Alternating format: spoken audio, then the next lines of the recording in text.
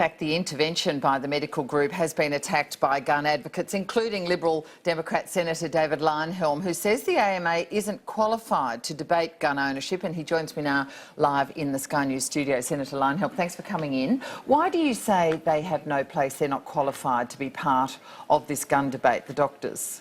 Oh, they're entitled to join the debate. I'm not saying they shouldn't be. You said they're not qualified to be? They're not qualified, that's right. Why? They have no particular expertise. We don't go and ask Motor Mechanics Union how to drive our car just because they fix up our cars. You know, that's the same sort of logic. Because they fix up our bodies, they think they are entitled to tell us how our bodies shouldn't be injured. They say the same things about alcohol and tobacco. They're not epidemiologists. That's a job for epidemiologists. Well, some of them are.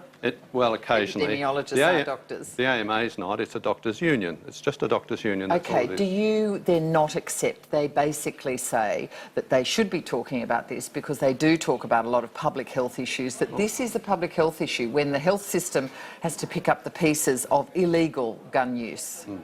Well, they're entitled to their opinion, and I'm not suggesting that we shouldn't take their views into account along with everybody else's views. All I'm saying is they have no special expertise. And if you actually look at what they said, the details of what they said, their press release and their public statements, that demonstrates they actually don't understand the issues very well at all. What they're calling for, in some cases, is already the law.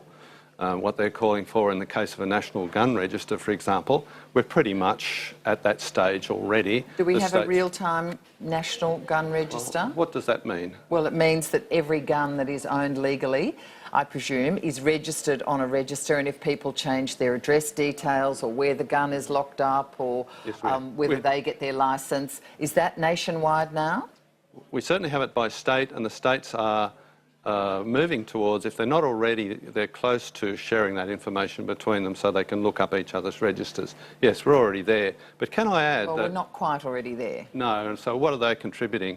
They're moving towards that. What are the doctors contributing by saying, oh, we should get there? You know, it's already happening.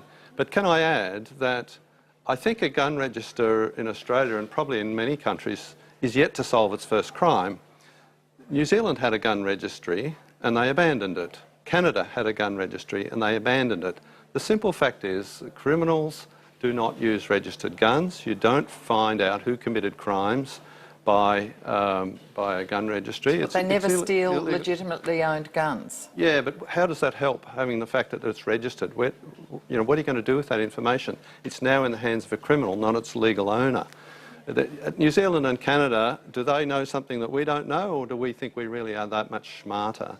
There are other aspects about what the AMA is calling for that are also, basically wrong. They're saying we don't want any of this new technology sneaking into the guns, like pump actions and lever actions. They're 150-year-old technology, for goodness sake. It's bizarre. They do not know what they're talking about. They're out of their depth.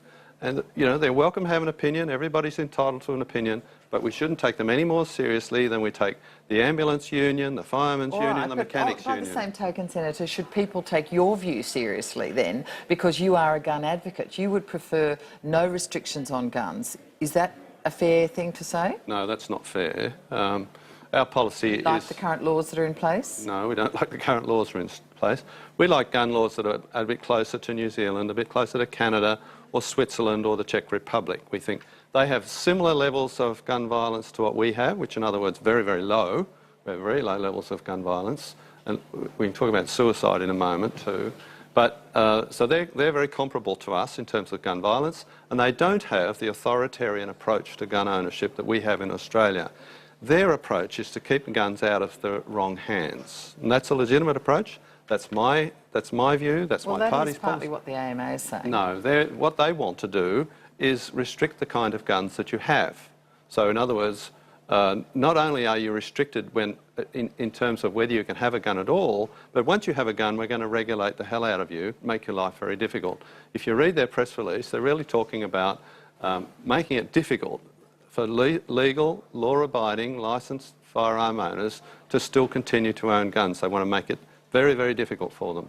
Do you think it's a problem if people who are under restraining orders or something like that can get a gun and use it, and therefore, you know, other things can come into play, their emotions, and Absolutely. there can be carnage. We know that. Yeah, that's right. As far as I know, in every state, that is already the law. You can't have a gun if there's a restraining order against you. Certainly in New South Wales, AVOs, apprehended violence orders, automatic suspension of your licence and confiscation of your guns. Automatic. And as far as I'm aware, that's the case in all the other states as well. Again, I think it illustrates that the AMA does not know the subject, and so what they're advocating is already the law in some cases, been tried and failed in other cases. They're out of their depth. All right, just briefly on suicide. There are also some guns used in suicide. Yes. What do you say we can do about that? Yeah, well, the use of guns for suicide, obviously that's a tragedy in every instance. The question is whether you would reduce the level of suicides by taking away one of the methods. There's been some good academic research on that which suggests no, what you get is what they call method substitution. And if you look at countries where they have very restrictive gun laws, and Japan's a very good example, it's almost impossible to get a gun in Japan, they also have, if not the highest, one of the world's highest rates of suicide. But we also know in the United States, where they do have very easy access to guns, guns are used in the home, they are used against family members because they are so easily accessible. Well, it's the because bit that I would dispute.